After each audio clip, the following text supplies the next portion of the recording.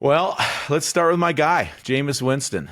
I've kind of been clamoring for this all year. Unfortunately, he gets his opportunity because of an injury. You never love to see that, especially as former players. But what did he do? He goes against arguably the best team in the AFC, takes them down in the last 2 minutes, throws a touchdown when everybody's expecting them just to get in field goal range and kick a field goal. They beat the Ravens 29-24. He's 27 for 41, 334 yards, 2 touchdowns. This is the first time all year that the Browns have scored over 20 points in a game. They were lifeless. They were 1-6. There was no hope. But that's what Jameis Winston gives you, Whit, is hope. He does do that and a whole lot else. I mean, we got the whole experience in this game, Fitz. I mean, just a few plays before the game winner, we got to throw to Kyle Hamilton that I fell out of my chair. My wife's like, what just happened? And I go, I don't know if I've ever seen somebody clear. He actually just threw him a ball. Like, that wasn't a pick. It wasn't a bad throw. It looked like he just threw Kyle Hamilton a ball, and Kyle Hamilton somehow didn't catch it. And what do we know? What do you think's going to happen? You give Jameis Winston another chance? Oh, yeah, you're going down.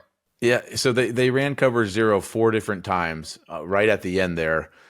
First one, he dirtied a screen. Second one, he completes it for a first down. The third one was the throw to Kyle Hamilton, which was tough. But like you said, I mean, any quarterback, but especially Jameis, who is really talented, you give him that many looks at the same defense. They blocked it up. They gave him a little bit of time, and he throws the touchdown. It still wasn't over, though. Lamar did a great job driving him down, but amazing work by our guy, J-Boo. And I am so excited to have Jameis back in the lineup. Yes, for his play. Yes, to watch him on every Sunday. But the pregame speeches. And we got a beauty of a pregame interview. Unwavering faith, ultimate belief, depending on the Lord. That's all we got.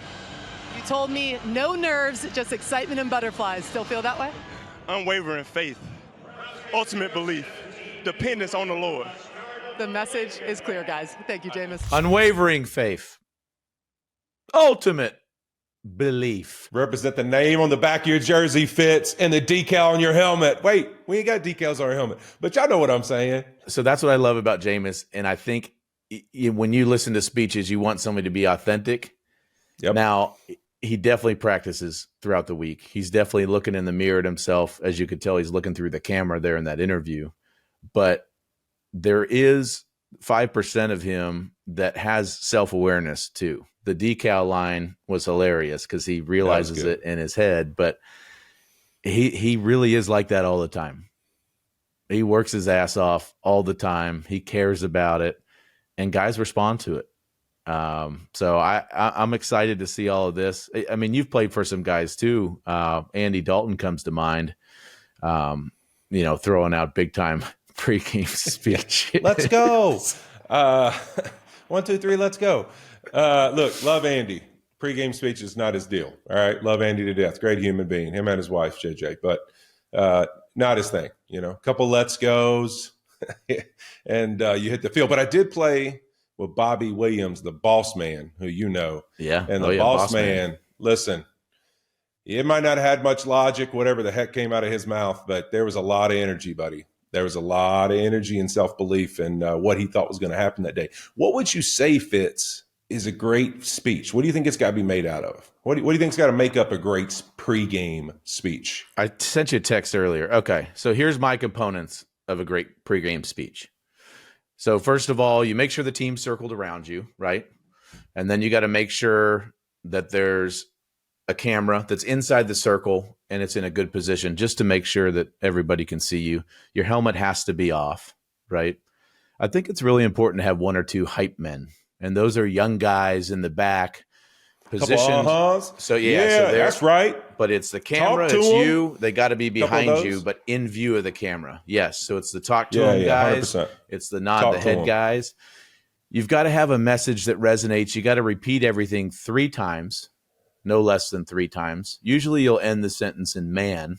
And at the end you say whatever the breakdown's going to be on 3. But now all the guys are saying, win on me, win on 3, 1, 2, 3, win.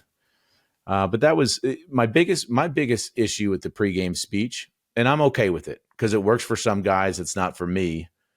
Is when do the pregame speeches happen? The ones that we see on TV, when do they happen in pregame? As you're going back in the locker room. Yes. I don't know. So you call everybody up. I'm going to go sit down and eat a peanut butter chunk or like a banana and then sip on some Gatorade. That's my issue. So it's like, hey, so we're getting fired up to go inside and eat Uncrustables. And we're going to sit there for 20 minutes and then come back out. That's my biggest issue with the pregame speech.